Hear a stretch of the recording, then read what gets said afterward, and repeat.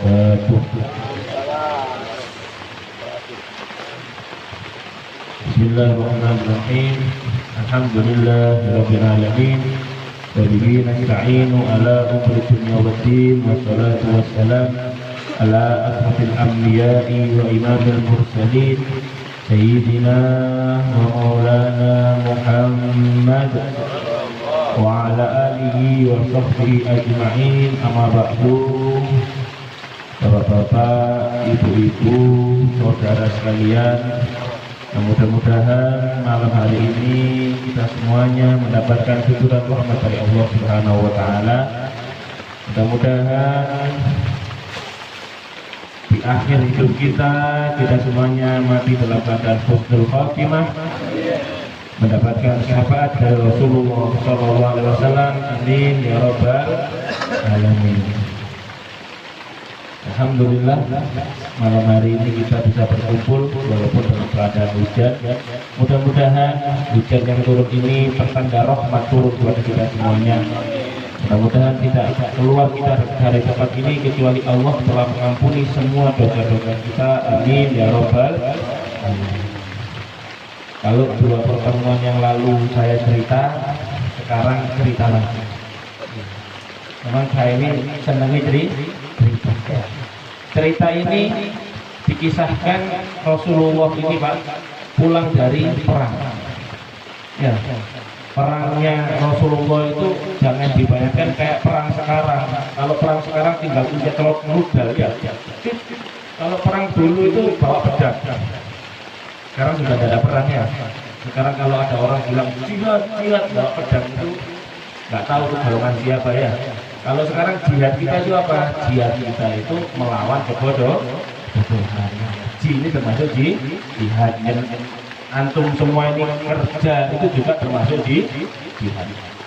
Rasulullah dulu itu perangnya itu sampai berbulan-bulan perjalanan. Kemudian perang tidak langsung menang, tapi ada strateginya.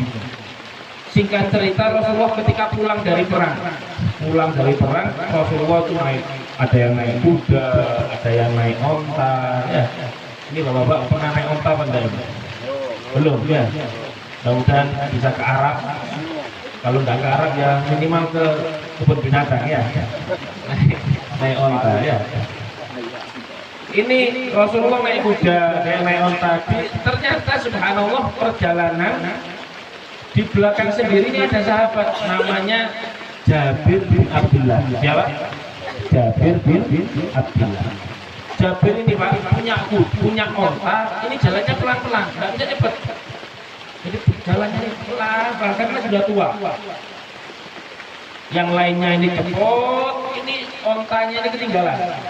Ibarat kata, ini anak-anak muda bawa sepeda motor ninja, kan kenceng ya. Nah, yang belakang ini bawa sepeda motor 70 Supra, ketinggalan. Ya. Yang lainnya sudah depan, ini ketinggalan sendiri, paling belakang. Tapi subhanallah Rasulullah itu Pak, mukjizatnya bisa melihat yang di belakang kayak melihat yang di depan. Ini arakum min warai kama arakum min amami.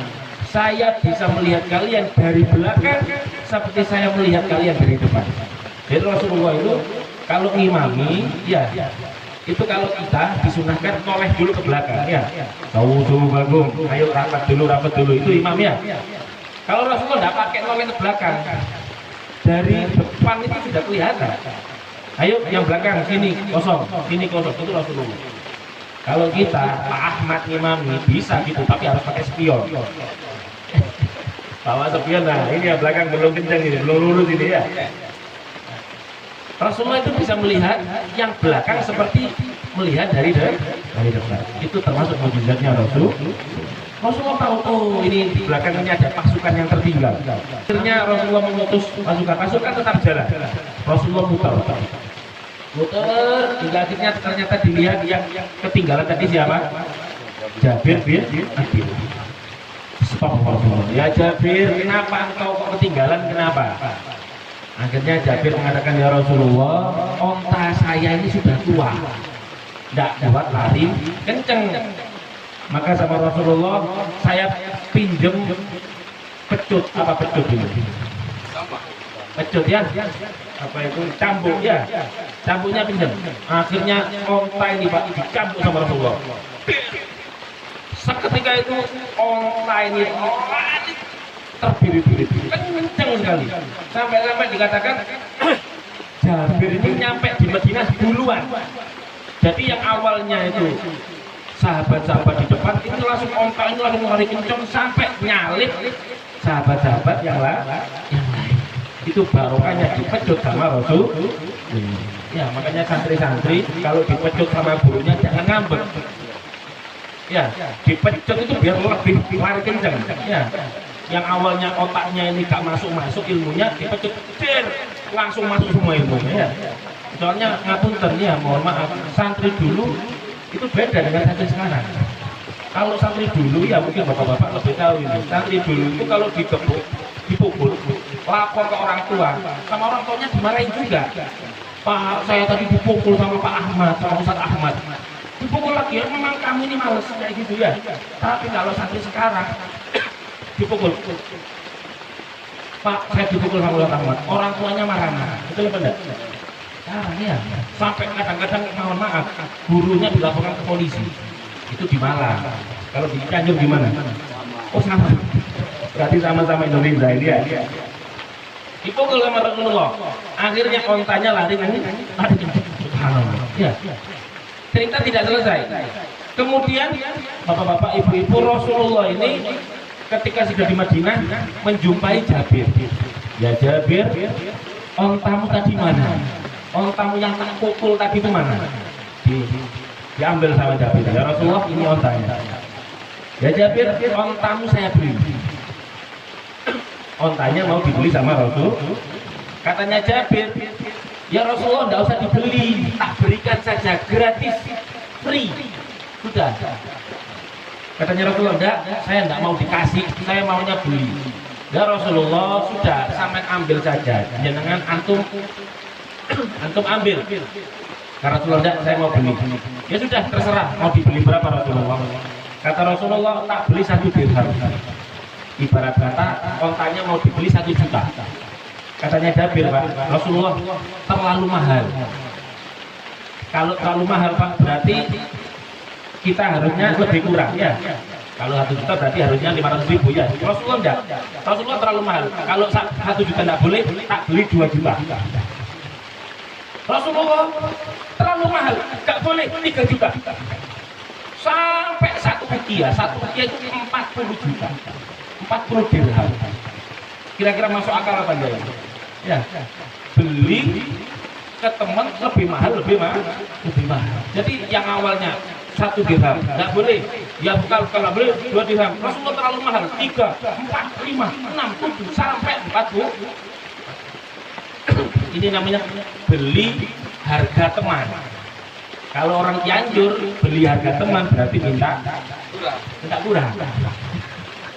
Ini berapa ini kan? 20.000. Kalau kita kan teman 10.000 aja kan gitu ya. Nah, kalau Rasulullah enggak, ini berapa ini? Ikan 20.000. Nah, kita kan teman 50.000. Gitu. Kira-kira bisa nggak seperti ini? Ini dermawannya Rasulullah. Rasulullah itu dermawan. Kalau katanya orang Jawa, loman. Ya, apa kata orang Cianjur apa ya? Orang Sunda. Barahan. Ya. Dermawan, senang memberi. Yang onta awalnya harganya cuma dikasih menjadi ibarat kata 40 juta. Akhirnya Jabir, ya Rasulullah, saya sudah tidak bisa lagi menolak. Sudah, saya beli aja nggak apa-apa. Dibayar. Akhirnya dipanggil Bilal. Bilal di Surabaya. Bilal bayar 40 dirham. Sudah transaksi. Akhirnya onta dibawa sama Rasulullah SAW. Kemudian bapak-bapak, ibu-ibu, onta ini ketika sudah di rumah Rasulullah, Jabir ini punya hutang ke tetangga. Hutangnya itu 40 juta tadi. Ya, ternyata kayaknya Rasulullah ini tahu bahwa Jabir ini punya hutang. Akhirnya pulang ke rumah, bilang ke istrinya, wahai istriku, onta kita dibeli sama Rasulullah. Berapa? 40 dirham. Ya sudah, kita bayar hutang. Ini kalau sahabat punya uang langsung bayar utang. Kalau orang Cianjur gimana? Punya uang nanti dulu ini ya. Nah, ini beli sepeda motor dulu ya. Beli gelang dulu, beli cincin dulu ya. Ini cara sahabat Rasulullah. Begitu dapat uang langsung ini akul adami. Karena kalau orang punya utang nggak bisa nanti ya. Masuk surga belum bisa, harus nanti ada hisabnya. Sahabat langsung bayar utang. Habis nggak punya uang. Kemudian bapak-bapak, ibu-ibu, ini Rasulullah ini subuh-subuh merintahkan Bilal. Bilal, kamu pergi ke rumahnya Jabir, panggil Jabir gitu. Dipanggil. Jabir gemeteran, Pak. Assalamualaikum. Ya Bilal, ada apa? Kamu dipanggil Rasulullah. Jabir gemeteran. Jangan-jangan diminta lagi uangnya ini tadi ya. Gemeteran nih Jabir. Gimana kalau uang diminta padahal uangnya sudah dibuat untuk bayar utang. Sudah datang ke Rasulullah, ya Rasulullah ada apa ya Rasulullah? Ah, kamu kemarin transaksi sama saya, jual beli unta. Ya Rasulullah. Waduh, kira-kira nanti diminta lagi sama Rasulullah ya. Katanya Rasulullah, ontamu ini sekarang tak berikan ke kami. Allahumma sholli ala Muhammad. Yang onta dibeli mahal ternyata sama Rasulullah dikembalikan lagi ke Jabir. Ini Rasulullah Shallallahu Alaihi Wasallam. Dermawan. Apa tadi? Berehan. Ya. Rasulullah. Kira-kira bisa enggak kita punya teman punya sepeda motor. Sepeda motormu saya beli. Berapa? 10 juta. Oke, cash. Setelah dibeli, besoknya sepeda motormu tak kembalikan. Uangnya ambil. Bisa enggak kira-kira? Ya kalau sepeda motor yang anak-anak harga 10.000 bisa mungkin. Inilah Rasulullah Shallallahu Alaihi Wasallam. Berhan. Ya, dermawan. Ya, ini kita ini sedikit-sedikit harus niru sama Rasulullah Shallallahu Alaihi Wasallam. Dermawannya Rasulullah. Los, ya katanya orang Jawa ini los, diberikan semua. Ya, makanya orang dermawan itu Pak, orang loman itu dibagi tiga. Dibagi tiga. Ada yang namanya katanya guru kami, Abi Ihya Ulumuddin, loman dermawan itu ada tiga. Satu safo, nomor dua jur, nomor tiga kisah. Nomor pertama safo. Safo ini dermawan yang dikeluarkan sedikit sisanya banyak. Pak Ahmad punya uang 10.000, yang keluar 2.000, berarti sisanya 8.000. Lebih banyak mana? Yang disedekahkan apa yang disimpan? Simpan. Berarti loman yang nomor yang apa namanya? Loman nomor pertama, tingkatan ketiga. Ya, sisanya masih banyak. Tapi lumayan, masih mau kan? Kalau yang kedua itu namanya jud. Jud itu yang dikeluarkan lebih banyak daripada sisanya. Pak Ahmad punya uang 10.000, yang dikeluarkan 8.000, berarti sisanya 2.000. Berarti ini tingkat kedua. Yang ketiga itu isar. Isar itu loman breh kata orang Jawa. Diberikan semua, punya uang 10.000 dikasihkan semua. Sudah tidak bawa apa-apa. Kira-kira kita nomor 1, nomor 2, atau nomor 3? Anu nggak ada nomor. Nomor berapa? Atau mungkin kalau kita ya punya uang sembunyi. Kalau nggak punya uang, kemana-mana sudah ya Allah. Kerjaan susah. Ke rumahnya tetangga curhat. Allah, ini ikan mati semua. Ini padi gagal panen. Cerita semua agar dikasih apa namanya?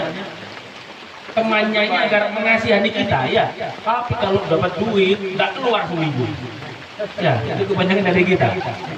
Kalau Rasulullah itu Pak, kalau punya duit, kalau punya uang, itu pengumuman. Wahai sahabat-sahabatku di masjid, ya kayak gini ya. Langsung pengumuman di atas masjid. Wahai sahabat-sahabatku, Muhammad sekarang punya duit. Yang mau hutang, silakan hutang. Yang mau minta, silakan minta. Oh, itu Rasulullah. Kira-kira Pak Ahmad ini ya, dapat duit dari Jokowi 1 M. Kira-kira berani gak pengumuman di masjid pakai tawaf? Wahai orang-orang Garogol, Ahmad sekarang punya duit 1 M. Yang mau utang silakan utang. Habis lanjut. Amin ya. Amin mudah-mudahan ya.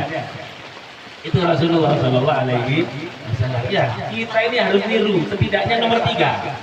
Ya, yang diberikan sedikit, sisanya masih banyak. Tapi kalau semakin banyak yang kita berikan, itu semakin baik. Ya. Sahabat itu levelnya sudah ithar. Kalau kita sering bacakan wa yu'thiruna ala anfusihim walau kana bihimul khasasah. Sahabat-sahabat itu memberikan apa yang dia punya walaupun dia dalam keadaan susah. Sahabat. Ya, makanya sampai terkenal cerita ketika perang, ini ada sahabat sudah mau meninggal, kehausan, diberi minum. Ini misalkan ya, ini minum. Kata sahabat, enggak, ini ada sahabat saya lebih membutuhkan. Akhirnya dibawa ke sahabat yang satunya. Kata sahabat satunya, enggak, saya masih kuat. Kasihkan lagi yang sebelahnya. Kasihkan. Akhirnya sampai meninggal. Karena mendahulukan temannya. Nah, kira-kira kita ini bisa nggak seperti itu? Ada bantuan nih datang ya? Misalkan ya, ini kita membutuhkan, tapi kalau kita dapat, kamu bener gak apa-apa. Nah, kebanyakan dari kita mungkin kalau ada bantuan datang, saya pulang. Wah, daripada nanti saya kebagian ya. Nah ini level apa? Keimanan kita diuji di sini ya. Nah, mendahulukan temennya, mendahulukan orang lain. Ya. Ini level itu harus dicapai ya penuh dengan perjuangan, nggak bisa langsung instan langsung jadi orang yang loman, yang berehan, nggak bisa. Ya, harus dari level yang ketiga, seneng ngasih. Ya, kalau misalkan dulunya kita waktu Jumatan itu kan biasanya ada kotak amal. Di sini ada kotak amal yang jalan itu ada ya. Biasanya ngeluarin berapa? 2.000. Uang pati murah itu ya. Ada pedangnya. Ada pedangnya, makanya tangannya takmir semuanya gores-gores ini. Kena pedangnya pati murah. Ya, nggak ada kita waktu ada kotak amal lewat Soekarno Hatta itu nggak pernah keluar. Betul apa enggak? Kalau kita ngeluarin Soekarno Hatta tahu level 1. Betul ya. Itu kita ya. Tapi inilah yang penting itu kita istiqomah. Ya, kita istiqomah memberikan, belajar untuk menjadi orang yang dermawan. Ya. Dengan harapan mudah-mudahan kita nanti terus meningkat menjadi orang yang ithar, mendahulukan orang lain. Dibandingkan kepentingan kita sendiri, kita lebih mementingkan orang lain. Kalau sudah seperti itu, tingkatan kita sama dengan tingkatannya para sahabat. Kalau medit, kalau pelit, ada nggak tingkatannya? Ada. Pelit, kalau orang sini apa ngomong? Koret, pelit, koret, ya. Petinju, tahu petinju Pak? Petinju itu tangannya gini, ya, uangnya dipegang, petinju ini ya. Nah, petinju apa? Koret, itu ada levelnya. Level pertama itu namanya bakhil. Namanya apa? Bakhil. Pelit, ya. Pelit itu pelit untuk orang lain. Jadi kita punya duit nih, orang lain butuh, kita nggak kasih, ini namanya bakhil. Yang nomor kedua itu namanya suhun. Suhun itu pelit untuk dirinya sendiri. Misalkan ini ya, misalkan kita lagi naik motor, panas, hardang. Ya, panas hardang betul.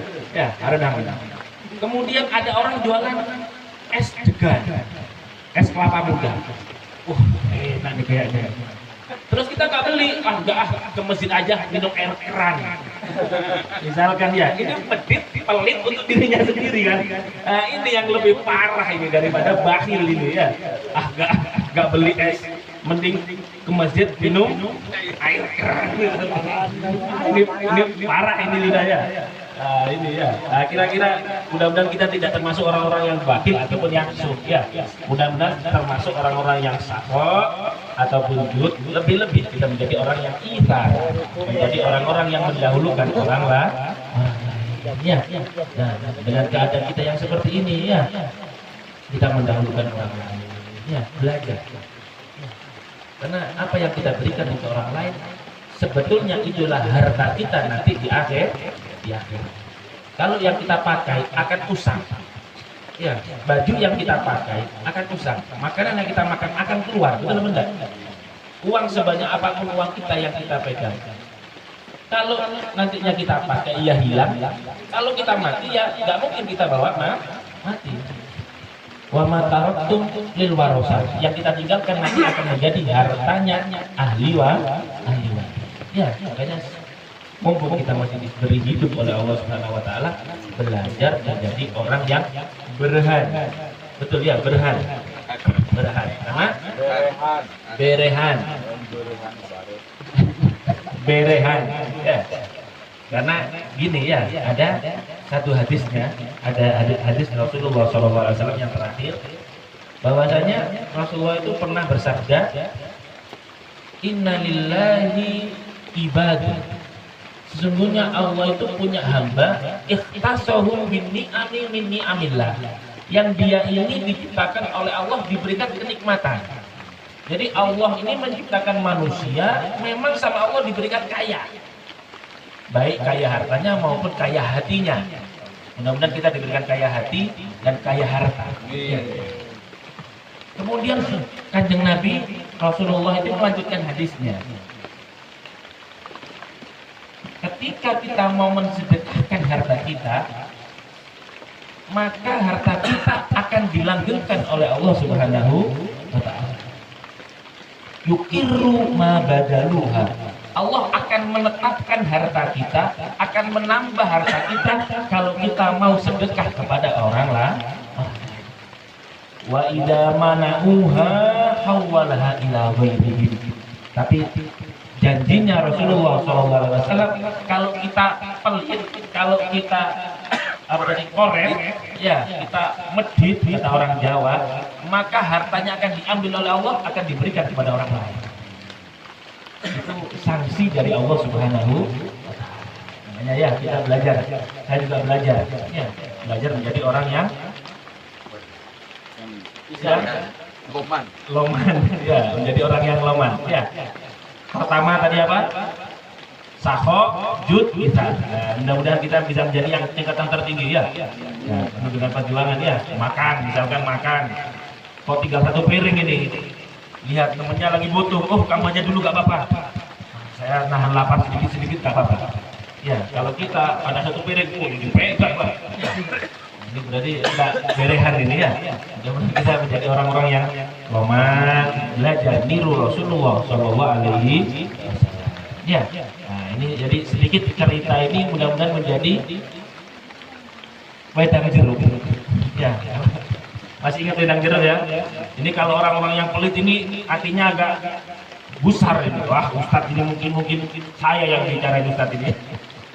Ya, mudah-mudahan menjadi wedang jeruk yang seger ya. Mudah-mudahan gak ada yang sariawan. Amin ya robbal alamin. Ya, intinya ayo belajar menjadi orang yang loman, orang yang senang memberikan hartanya kepada orang lain, dengan harapan orang yang loman itu akan dekat dengan Allah, dekat dengan Nabi Muhammad, dan dekat dengan surganya Allah Subhanahu wa ta'ala. Orang yang loman lebih cepat masuk surga. Mudah-mudahan kita semuanya, anak-anak kita, keluarga kita semuanya dimudahkan untuk masuk surganya Allah, kumpul bersama Rasulullah SAW. Amin ya rabbal alamin. Sedikit dari saya, mudah-mudahan menjadi ilmu yang manfaat bagi panjenengan dan saya juga.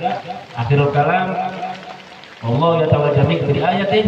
Wassalamualaikum warahmatullahi wabarakatuh.